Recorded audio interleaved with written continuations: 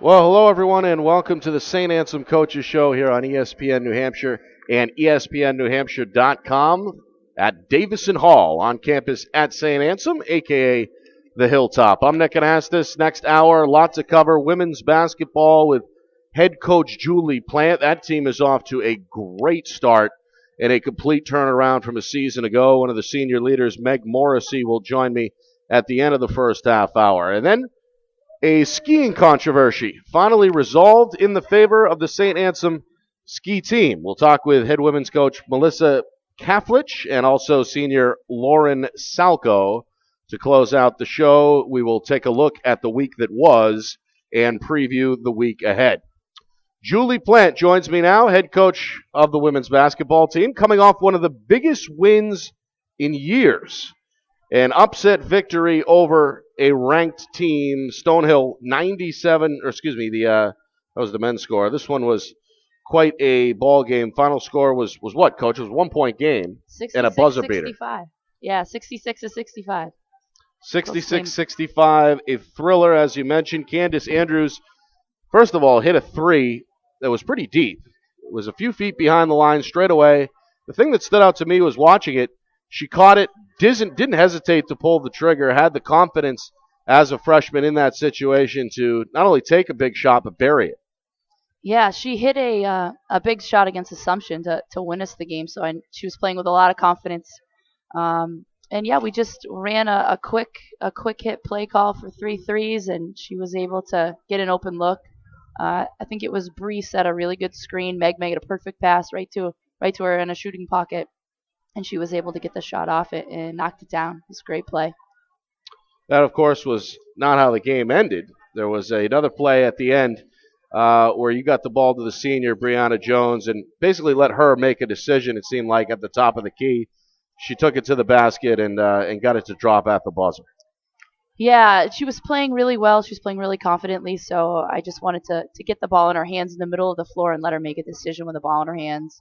And we had a little bit of screening action off to the side of her. And I just said, Bree, if you like what you see, just keep the ball in your hands and go to the basket. And she made a good move. Their other post player rotated over and put her hands straight up, and she was able to knock down I think it was a shot off the glass, really, over Fayetta for Stonehill. So, no, it was a great decision with the ball, and she hit a huge shot. And she had been shooting well, really from everywhere throughout that game.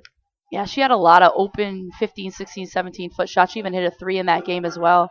No, she was catching and shooting the ball really well. She was playing with a lot of confidence. So I felt really comfortable with her having the ball in her hands at the end of the game. The big storyline, of course, with the women's program is the turnaround. Already 7 wins, a number of those in conference. A signature win, if you will, over Stonehill, 66-65. You won games in overtime on the road. A lot to accomplish in the first half of the season. Has it exceeded your expectations? I know you were expecting success kind of right away, but this has turned out pretty well, right? Honestly, it's completely exceeded my expectations. I knew we had a good group of veteran players. I knew we had a lot of talent on our team, but this was a little bit unexpected. But the senior group has really come together. They've worked extremely hard. They stayed positive, and they're kind of learning how to really dig deep in the end of games and in big situations and come through. They were in a lot of their games last year. They just didn't quite finish a lot of their games last year in the end. And this year they've kind of made that turn. So it's been really fun to be a part of it. What's some of the biggest surprises that you've had, besides, of course, the success on the scoreboard, but where on the floor have you been pleasantly surprised in the first half of the year? I've been pleasantly surprised with the kid you're going to talk to next. Meg Morrissey's really stepped up. She's been an offensive threat. She's knocked down big threes. I knew she had it in her. And watching You're not just her saying that because she's sitting over there, right? No, absolutely not. I would tell anyone this, even if she wasn't here. I would say it. But she's really stepped up and been a leader as our point guard and made some big offensive plays. I think our backcourt in general, even in Candace Andrews, has really stepped up as a freshman and been a really big contributor too. And honestly, our post play, our high-low game has been just dominant against some pretty good defensive teams. So with Allie and Tori and Mariah stepping in and Bree stepping in at the 4. Sometimes we're pretty versatile, so it's been a lot of fun to watch them kind of progress in the past 12 games and get a chance to try to really hurt teams in different ways, and I think we've been able to do that. Speaking with Julie Plant, head coach of the women's basketball team, 7-5, and off for the rest of the month. They will resume action in early January. Meg Morrissey, the senior guard, will join us. She's been a staple in the starting lineup, and I want to talk a little bit more about what she can do on the floor. She's a second ball handler. She's can be a scorer, can create her own shot when necessary. Seems like she's got a better grasp of the offense. Is this the all-around player you thought you were going to get? Not to mention what she can do defensively, of course. I do. I think she always had the potential to be this type of player, and I think she's going to be even better in the second semester. I think one thing about Meg that doesn't really show up on the stat sheet but is so vital to the success that we've had the start of this year is her defensively. We put her on the top offensive scorer on the other team at the guard position, and in the Stonehill game, she held their leading scorer to 11 points. And just did such an outstanding job moving her feet, pressuring the ball, handling screening action, and it's been a huge lift for us on the defensive side of the floor. Offensively, she always contributes. She's aggressive. She attacks the basket. She's really quick. But the defensive side is something that has been really, really impressive. You mentioned earlier, Coach, the advantages you've had on the low post, the high-low game. It seems like for the first time I've seen your bigs with Jones and Lair really take the high inbound pass or entry pass, rather, take it high, keep it high, and almost in one motion turn and finish it off the window. Is that a particular skill you were hoping that they could acquire, something you focused on heading into the season? Yeah, we really tried to work on our high-low game early. I thought it was a huge advantage to us because there's not a lot of teams in the Northeast 10 that have 2 6-foot-plus kids that are as athletic and are able to score like Tori and Allie. Another thing they do really well is they pass the ball so well to each other. So if we can get an early seal and hit the ball to the high post area, they're able to make a little lob pass into their teammate and catch and finish. And Tori has kind of a nice aspect to her game where even if someone is like bellying her up and playing underneath her, she can just kind of square up and shoot a jump shot over people. She's so athletic. So they're really tough to guard as a tandem. So it's something that we really focused on early. We're going to continue to focus on it throughout the rest of the season too. Seems like Allie Jones is also just naturally progressing as a basketball player. Is that fair to say? Absolutely, yeah. She's really worked hard on her back to the basket moves in her back to basket game in general. She's really starting to finish with her right hand. She's righty, but she really is good going left and likes and prefers to go left. But she's noticed that teams are playing her that way, so she's done a lot of work trying to go back to her right hand and have some counter moves to what teams are trying to take away. So she needs to develop her 15-foot shot and shoot that with more confidence, and she started to do that, which has been great. It's a huge, huge help for us. But I think, every game she's working very hard, and she's open to being coached, and she's open to work on some of her weaknesses, and it's really helped her overall play.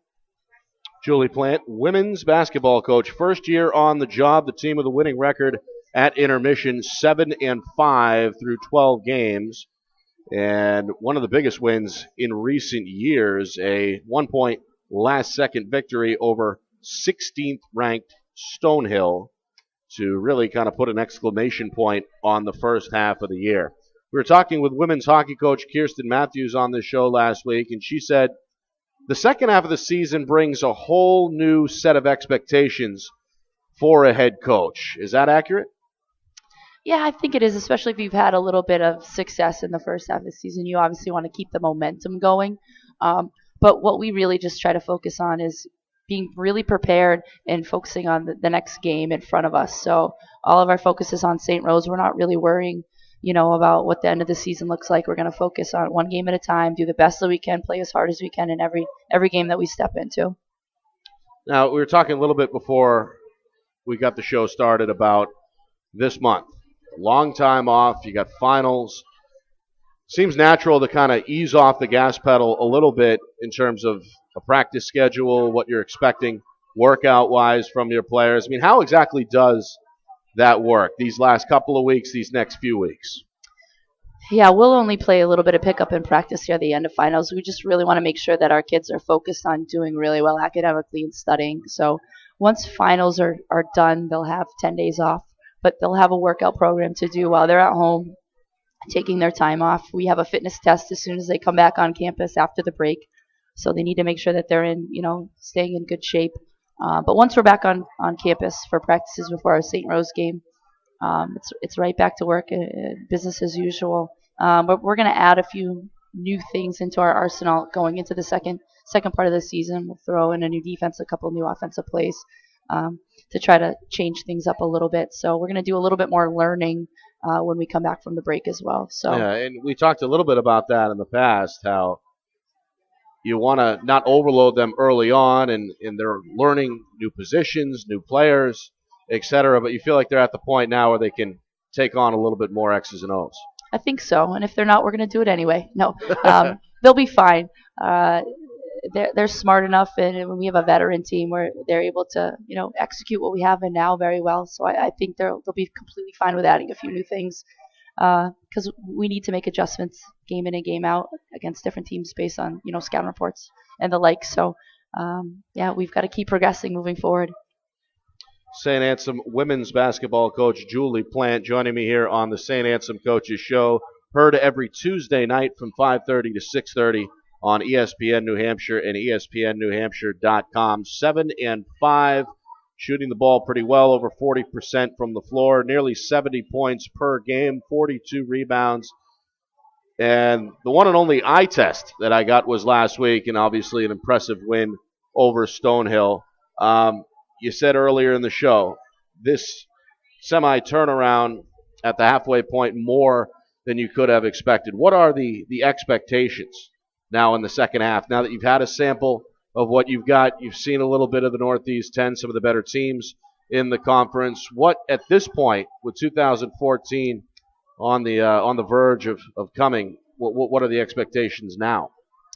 I don't think they've really changed at all. We're going to just try to compete every possession we play. We're going to come into every game and work extremely hard, try to outwork our opponent.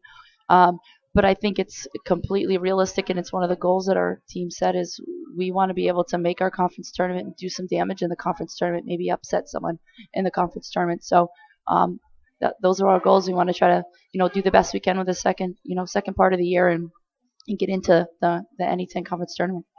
How have you enjoyed it so far? I've had a great experience. I mean, it's been tough, it's been challenging, but at the same time, the kids have been really open to being coached. They've been open to change, and I mean, I couldn't be more happy with how they progressed, and I'm just really proud of the fact that they've done what they've talked about doing. They're walking the walk. They're digging deep. They're working hard in every game that we're playing. They're being focused. They're listening to the coaching staff, and they're executing. And I think that's a testament to us being 7 and 5 right now, is how hard the kids are willing to work in the preseason and continue to work through the season. So, are you yourself starting to get a little more comfortable and acclimated? Yeah, absolutely. I think I'm starting to feel more comfortable with the college, how the college is run, the athletic department, the Northeast 10 Conference in general, and with my players. So, no, I couldn't be more happy. Julie Plant joining us, first-year coach here on the Saint Anselm Coaches Show, women's basketball team. 7 and 5. Meg Morrissey, the senior, will join us in just a few moments. Second half hour, we'll talk skiing with the head women's coach, Melissa Caflisch, and also senior Lauren Salko. One player we haven't really talked about is the freshman Candace Andrews. Seems like she's athletically gifted. Great passer, I thought, with some of the entry passes to the low post, kept it high. And then, of course, her ability in the open floor and the confidence as well to pull the trigger late. Seems like a pretty good first-year mix for a player at the guard spot who plays a lot of minutes and handles the basketball. Yeah, and she was just voted rookie of the week again in the Northeast 10 for the second straight week, which is a great testament to how well she's she's done in these past couple weeks. I think the main thing with Candace is we just want her to play more consistently. She's been kind of up and down offensively and defensively, but when she's on, she's just so tough to defend, especially on the offensive end. So I think as she starts to feel more comfortable with the level that she's playing at, with her teammates being a freshman, she's just going to get better and better and better because she is so talented. She's such a hard worker. She's a sponge for the game. She is always asking questions, wants to do really well. She just needs to not get frustrated with herself and continue to play hard and keep continuing to be a little bit more consistent. That's the big thing with her. I mean, it seems like she would really be a weapon against a man-to-man half-court set, could take it to the rim. But I noticed against the zone, she kind of picked her spots on where to slice in and make a play, got a three-point play, I think, on one of those. Seems like a heady basketball player for only a freshman.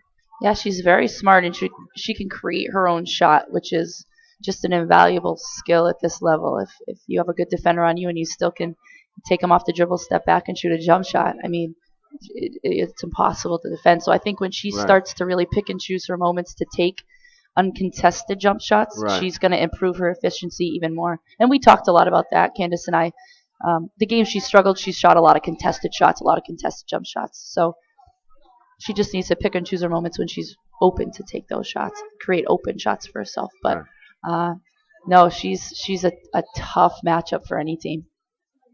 Have you got the rotation settled probably at this point? If we're out of foul trouble, pretty much. If we're in foul trouble, it changes. I think that's fair to say with any team. But you never know in any given situation what happens. So we always really preach to our kids, you need to be ready to play in any point of the game at any time. So you need to do your preparation, have your mind right, and be ready to step on the floor if your number is called. And our kids, for the most part, have done a good job with that. Julie Plant, women's basketball coach, joining us here on the Saint Anselm Coaches Show, 7-5 through her first 12 games as the head coach. Holiday break coming up. Any big plans, or is it just business as usual? A lot of recruiting. I'm going to get to see a lot of good high school players play the next couple of weeks, so I'm excited about that. Got a couple of trips planned? Yeah, my one big trip is really to Maine. I've got like 4 or 5 kids to see up in Maine. My family's from Maine, so I'll be up there for the holidays as well, so I can kind of tag team that.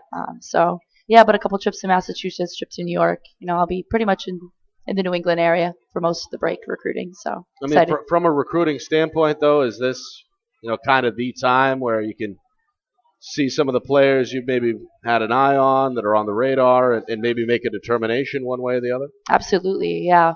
We like to try to bring in most of our players in the summer for the junior class and get them on campus, and then we'll see them play their junior year. So, no, this is a really big recruiting time for us, so we need to make sure that we're evaluating and we're out and visible. Good stuff. Yeah. 7-5, I'd say an A+. Oh, thank you. As the mid-report card. Appreciate it. Thank you very much. That's Julie Plant, first-year head coach of the women's basketball team, joining us on the Saint Anselm Coaches Show, doing a great job, as I thought she would. Meg Morrissey on her way to the stage. It's all brought to you by Saint Anselm College. Features 20 NCAA Division II programs, most of which compete in the highly competitive Northeast 10 Conference. With over 100 home events this season, there are plenty of chances to catch the Hawks in action. If you can't make it to the game, log on to saintanselmhawks.com and follow along with free live stats of every home contest, or better yet, be sure to check out saintanselmhawks.tv for live video broadcasts of every football, basketball, and hockey game, as well as other select events throughout the season. We thank Coach Plant for joining us. Second half hour, we'll talk skiing with Melissa Caflisch, the skiing coach, and Lauren Salko, one of the seniors and leaders on and off the mountain. But speaking of senior leaders, Meg Morrissey joins me here, one of the longtime Saint Anselm Hawks, and now enjoying perhaps her best season, 12 games into her senior year. Let's start with this year. You surprised at all at how good you guys have played for the most part? Yeah, I think we've come together pretty well, and coach has made an effort to pick each other up and every day just work hard, and it's just paid off so far. Is that the key to it all? The hard work and the commitment to the coach and your teammates? Yeah, I think last year we kind of folded. We kind of got on separate pages, and this year we're just all on the same page, and it seems to just have better chemistry, and we've been clicking. You can accomplish a little bit more that way, it seems like. How about your play? You think you're playing better than you have in the past? Yeah, I think I've been more confident taking shots and just trying to do everything a little bit harder than I did last year. Meg Morrissey joining us here, the senior guard. Is that maybe a part of the success that you're a little bit more maybe aggressive and looking to score on offense? Yeah, coach has made a kind of a point for me and Candace just to be more aggressive, going to the hoop and taking shots when we're open, and that way, even if we do miss, there's those rebounds for the post to get back and put up. So I think it's helped her confidence. It seems like that was always a strength of your game, the ability to go to the basket when necessary. Yeah, definitely. I've always in high school just been more of a driver, and even this year, coaches told me, let's try to get you shooting a little bit more, and that seemed to come more. And I've been shooting pretty well from the three. You mentioned high school. Obviously, you played basketball. What else did you play? I can picture you being pretty good at soccer. Is that right? I did soccer growing up, like travel, but I also ran cross country. Did you like cross country? Yeah, it's not too bad. It's a little different than basketball. A little bit. Gets you in shape, though.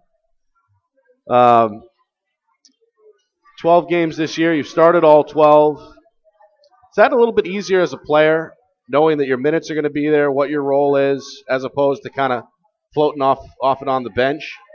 Yeah, I think just having the confidence that, you are going to be in the game, but you still have to be able to deliver, and I think that's just a confidence booster to know that I am starting and I am having been starting 12 for 12. So you seem also like a player who likes being on defense. Is that fair? Yeah, I've always liked defense, just moving my feet and trying to get steals and trying to just transition offensively. It makes it easier. Well, you're averaging 2 steals a game, and that's right around, I would assume, with your career average as well. Is the up-tempo game that seems to favor you in particular, right? The transitions, the turnovers, making plays in the open floor, the faster the pace, the better? Yeah, I think we really made it a point just to try to get out and run, and I think it really translates for Candace's game too. She's so quick, and she likes to run the lane, so it's easy to be able to, get a rebound and then kick it up to her and let her run the floor. Coach earlier called freshman Candace Andrews, who you just mentioned, a sponge, as in soaking up information, asking questions. You're a senior on this team. Does she come to you? Yeah, definitely. Whenever she has a question, she'll, hey, Meg, what did I do wrong? Or, what was that play call? Or, just asking questions. She's so, her basketball IQ is just so high, and she's just so good at just trying to ask different questions to get all the information she can and just use it for her advantage. A lot of seniors on this team, including yourself, obviously. What has it been like so far? The last 12 games of the year, the kind of last go-around. Obviously, you're winning again. It seems like it's one of the funner seasons as well for you, right? Yeah, we have such a senior-heavy team, and we don't, we were disappointed with the previous years, and I think we all just put in the effort and have really just been on the same page to try to come together and make our last season a great season. And same with the underclassmen. They've really turned a page to try to help us out and just the team in general. We had one of your senior teammates on the program, I think it was last week, Kiera Moore, talking a little bit about some of the different personalities and some of the roles amongst the senior. How would you describe you as a leader, as a senior? I think just the point guard, just being, able to get a team into different offenses and, just running the ball and trying to direct people and getting people open for shots is pretty much my role. Saint Anselm senior guard is on the program with us. That is, of course, Meg Morrissey. She's been in the lineup since day one and now enjoying one of her best seasons as a senior. What are you expecting here in the second half from the team? I think the same thing, just as we did the first half, just competing in every game and trying to get the wins that we can. I think the previous few games, I think there was a few wins that we could have pulled out, but we did end up losing. But just to compete in every game, really. And overall, you guys starting to develop maybe how to finish it out, starting to figure out how to close it out.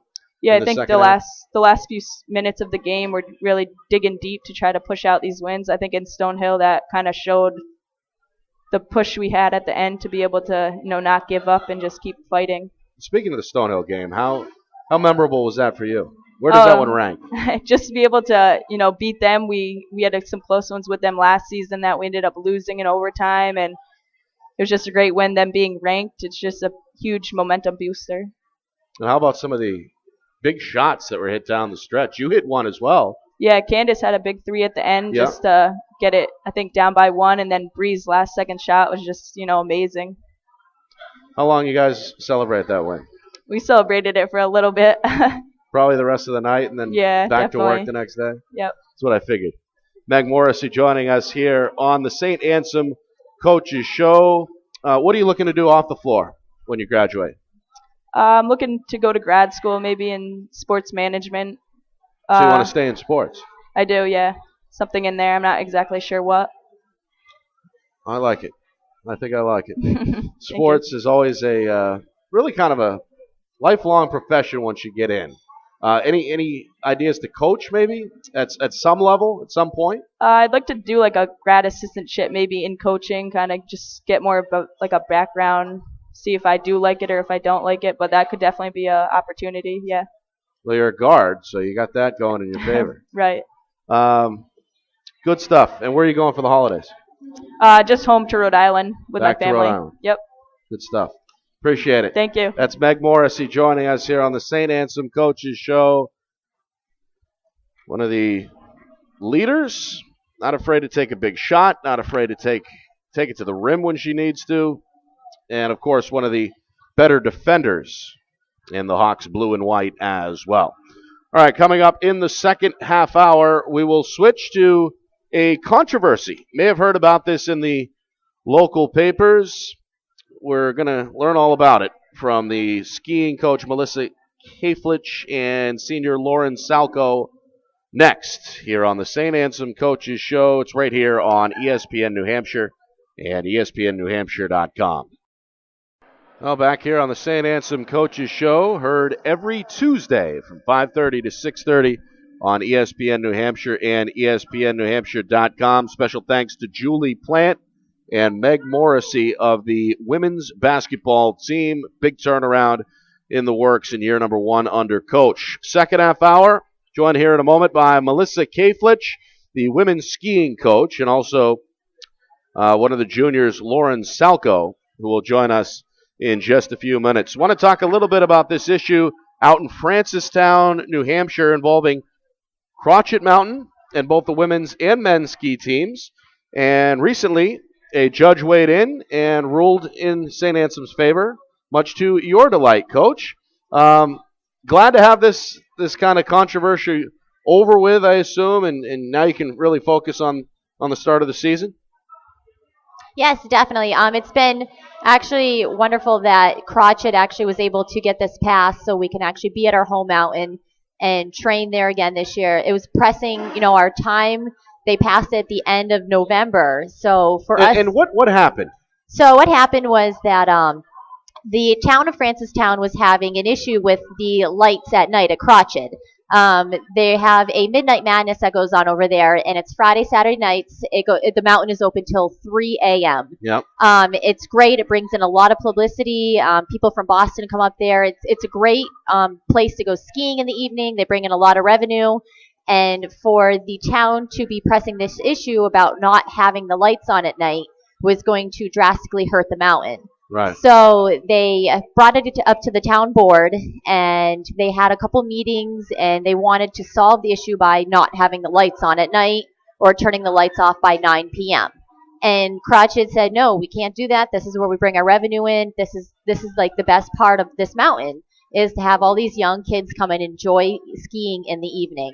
So as the meetings went on, the year kept pressing closer and closer to our season. Right. And it really made us nervous because that's our home mountain. That's where we ski. And if they came to this conclusion where they couldn't have the lights on, the mountain wasn't going to be open. And where would we go? It's our home. It's our place. It's, like, where would you go if you lost your home? Right. So that's where we would train, and we would been devastated by, losing out on that. So they passed the issue. I don't know what they came to for a conclusion, but I know that they are allowed to leave their lights on, and we are allowed to stay at our home. One of your players, who we'll speak to in just a moment, Lauren Salko, was involved in that process. Yes, to a degree. Yes, actually, I had a couple athletes go over there. Lauren was one of the main ones involved in it, and she listened in the back of the room. She was there to support the issue, be there with the supporters, to have the mountain stay open. It brought in a whole bunch of people from out of town. They have never seen so many people come to the town hall in Crotched. I mean, in Francistown. Wow. So it really showed a lot of interest for the outside people, and I think the town realized how much, they would be losing if this did happen. And with Lauren to be there and our team and have St. A's representing us there, it was a great thing for us to be there. Women's ski coach Melissa Caflisch joining us here on the Saint Anselm Coaches Show. One of the hidden gems, really, of the Saint Anselm Athletic Department is your team, is the men's ski team. Year in, year out, it seems like very competitive on the national level, not just the regional level. Tell me about the program before we get into the specifics of this team in this season. Okay, yep. So this is my 6th season coaching at St. A's. And when I first came in, the team was very small and there was no foundation. If you have a house, you have to have a foundation. And it was more of like a like a club? It was more, they acted more like a club. They didn't really know anything about ski racing. They weren't really involved. And they didn't have a coach before me. I mean, there was a guy there coaching them, but he didn't know much about ski racing, and he just held the team together. And so when I came in, I said, there's got to be drastic changes. We are a varsity sport. We want to compete competitively, and I really want this program to grow, to show the school what we are and what we're made of. Right. So 4 years later, after doing extensive work, hard recruiting, just working with the team and really showing them what ski racing is about, our girls are now ranked 4th in the nation the last 2 years. They made it to nationals. The first year they made it was in the East. Last year we went out to Idaho. And the guys' team got to come with us out to Idaho, and they are now ranked 11th in the nation. Wow. Yeah. There you go. That's impressive stuff for sure. Yes. In a short turnaround. Yes, definitely. I couldn't believe I could do it in 4 years. Good stuff. Yeah. This year starts when? January 9th, right, the season? Yeah, January 9th. At Okemo Mountain. One of the more famous mountains in the Northeast for sure. Out there in Ludlow, Vermont. A couple at Okemo, then Mount Sunapee later on in the month of January. That, of course, is out in Newbury, New Hampshire. Blackwater Ski Area in Andover, another New Hampshire spot. And then out to Lake Placid for a weekend event in late January. Crotched Mountain in Bennington. Bromley Mountain in Peru, Vermont. And then it's time for the Eastern Regionals at Sugarloaf, a personal favorite of mine. So which one, besides, I guess, the regionals and the nationals at the end, which one of those events stands out? What stands out the most, I would probably say, is Whiteface. It is by far probably the most difficult and challenging mountain for us. The nickname for Whiteface is Ice Face. It is known to be pure ice, hard conditions, I mean, miserable at times. Wow. Negative 10 degrees there when you're skiing. It's a very miserable mountain, but it is one of the best mountains to ski at because of the challenges that it brings to our team. Is there home mountain advantage in skiing? I would say, yeah, because we train at Crotched every day. We're there 3 days a week training, and then when we have our home race at Crotched, our team is used to it. They understand the mountain. They understand how the hill works. And if I get to set a course, it's, home hill advantage for us. So it's very beneficial to our team. What do you do in the off months when there is no snow? To keep your players? Yep, so what we do, they come back in September for classes, and they have captain's practices, and then in October I start with them, and we do extensive dryland training 5 days a week. Monday, Wednesdays, we're doing different types of drills, agility courses, anything to get their hand-eye, foot coordination, getting ready, getting moving for ski season. All without skis? All without skis. Right. And then on Tuesday, Thursdays, we're in the weight room lifting weights, doing extensive training. Friday is a good game day, just a way to relax from the hard workout of the week. Tell me a little bit about Lauren Salko. We're going to talk to her in just a moment here on the Saint Anselm Coaches Show, but a few minutes left here with Melissa Caflisch, the coach. What is she like? Lauren actually has been a great asset to our team for the past 4 years now. She's brought to the table that she really brings everyone together. She is so motivational for the team. She just stands out by if someone's having a bad day, she's always having a good day. She always has a smile on her face. She just brings that atmosphere that you need for And that's a team. contagious for other players. Oh, yes, definitely. She has a contagious personality. Right. Tell me how you got into skiing, how you became a coach. Yep, how I became a coach. I actually grew up in New York State, and I went off to a boarding school, and I ski raced there in Lake Placid, New York. Whiteface was actually my home mountain for a couple years. And then I ended up going to Plymouth State University and skiing there for 4 years. Nice. I was a captain of the team for 3 years. I pushed myself really hard. I excelled at ski racing. And after I got out of being a ski racer, I wanted to give back everything I learned to the athletes. I've been very fortunate as an athlete to have a coach that always gave me positive reinforcement. And when I took that with me when I left, I said I could give that all back to athletes because I don't want to be a coach that talks down or has negative reinforcement. And it just made me have so much more passion for skiing and, to the athletes. So that's why I want to give it back to them. Tell me a little bit about how it works. Because, again, people watch skiing here or there when it's on TV or the Olympics or whatever, but they don't really know how it works in terms of these yearly competitions on the NCAA level. It's a team sport, but obviously individual performance matters, right? Yep, definitely. So what is involved with a team sport now in college for ski racing, it's so much different than when you were in high school at a different level. You're an individual at that level. You're competing for yourself. Now in college, we have to get 4 female finishers down the hill, or 4 racers. We have to have 4 clean finishes, and for the males, we have to have 5. So we can race 10 and 10. 4 females have to finish, and 5 guys have to finish. And they add all their times up together, and whoever has the lowest added up times will win that race. So at the same time, you want to push yourself because you want to win the race, but then you're there for your team. So you have to realize I need to focus for my team as well. Right. So it's almost doing a double now in college. Holidays coming up, and then January 9th seemingly right around the corner for the opener. Anything you want to see happen between now and then to maybe solidify a positive start to the 2014 season? Yeah, definitely. I actually have a really large freshman group that came in this year, and I just want to see them staying really positive, or the upperclassmen staying positive and keeping that self-confidence built for my freshmen so we can have a very strong beginning to the year. Good stuff. Appreciate it. Thank you Thanks very for much. joining me. Thank you. That's the coach, Melissa Caflisch, joining us here on the Saint Anselm Coaches Show. I believe that was her second radio interview, so very smooth. Joining me now here is one of the upperclassmen, one of the leaders, Lauren Salko of the skiing team, one of the interns in the athletic department as well. Good to talk to you.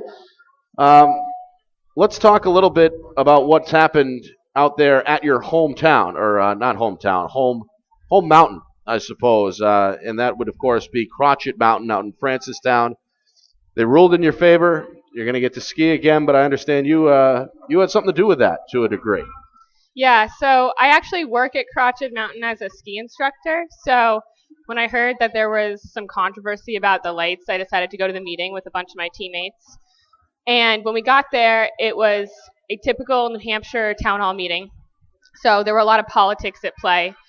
The problem originated because the town of Francistown didn't like the lights that were shining at Crotchet. Crotchet has Midnight Madness a couple times a month, so the lights are on all night. And where are the residential areas? Like literally next door? Or? So there are some that are literally next door, but interestingly enough, those weren't the people that were complaining. Really? The abutters didn't have a problem with the lights. It was mainly people who are part of the Stargazing Society nearby. So Francistown has an ordinance that says all lights can't cross a horizontal plane. So obviously the lights at Crotchet were crossing that horizontal plane because the mountain is sloped. So if it wasn't and they were shining directly downward, they wouldn't shine on the slope. They would just shine straight down. So they needed to apply to the zoning board for an ordinance. so like a variance to the ordinance, so they could go against the rules. The zoning board, and the mountain, you were telling me, is technically in 3 different towns? Yeah, it's in 2 towns. So it's half of the mountain is in Bennington and half of the mountain is in Francistown.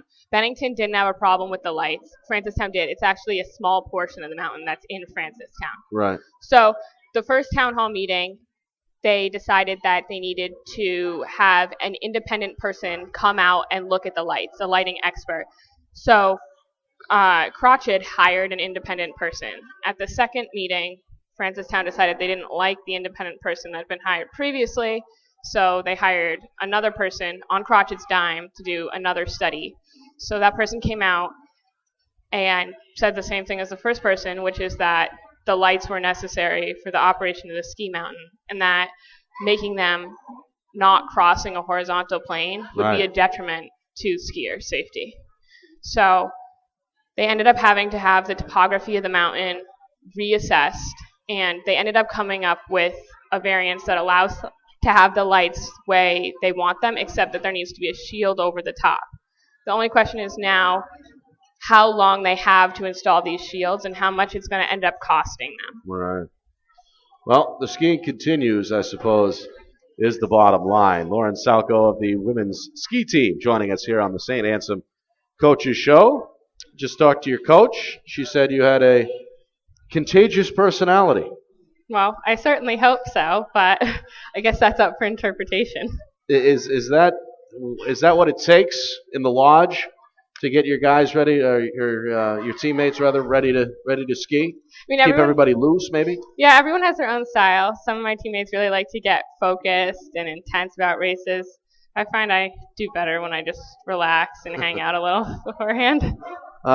You're from New York? Yes. Westchester County. Spent some time in Maine? Yep. At the boarding school, and is that where you discovered skiing? Yeah, so I went to Kent's Hill, which is about 15 miles west of Augusta, and there's a private ski hill there, so they taught me how to race, and I fell in love with the sport. So. And how old were you? What, 14, 15? I transferred there in the middle of my sophomore year of high school, so it was right after Christmas break, and I was 15. And then you had never been skiing before that? Or? I had skied with my family, but not to the level that anybody and that you just picked had. up on it pretty quick, though.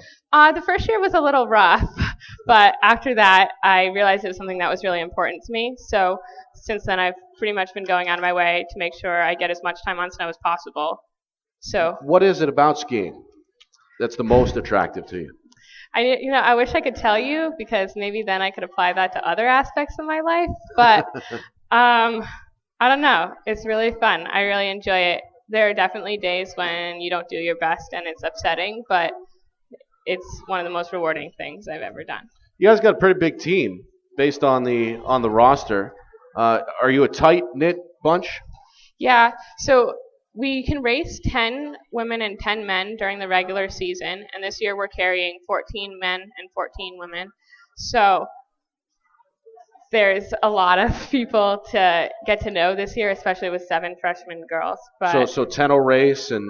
Yeah, so during the regular season, 10 will race, and then if we make regionals and nationals, it'll be 5 racing. So hopefully we do well enough during the season and we make it to the postseason. Who's the best skier on the team? Well, we haven't seen any of the freshmen ski yet, so I'm not sure that I can include them in the count. And there's definitely one person that's the fastest right now, but I'm not sure. She'll remain nameless, perhaps? Yeah, okay. I'm not sure that's something I'm willing to give out right now. Talking skiing with Lauren Salko, one of the upperclassmen on the team. Are you a junior or a senior? I'm a junior. It says here on my sheet you're a senior. Website it says a junior. I'm a junior.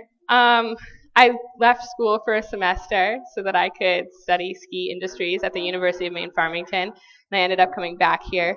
So I started in the class of 2014, and I will be graduating spring of 2015. And what are you looking to do after that? I'd like to work in the ski industry. I interned last summer at Mount Hood with Head Skis. So okay. I really enjoyed that job, and I hope I can get a job in the What were ski some of the things you were doing? So I was working at the test center out at Mount Hood. So each year, around 1,000 athletes come out and test the product so that they can decide whether they want to ski on head skis for the following year. Yeah. So we were getting skis ready for athletes to test, as well as getting everything ready for U.S. ski team athletes that are out there coaching or having boot work done or just training. So January 9th, the season kicks off. You Yes. excited?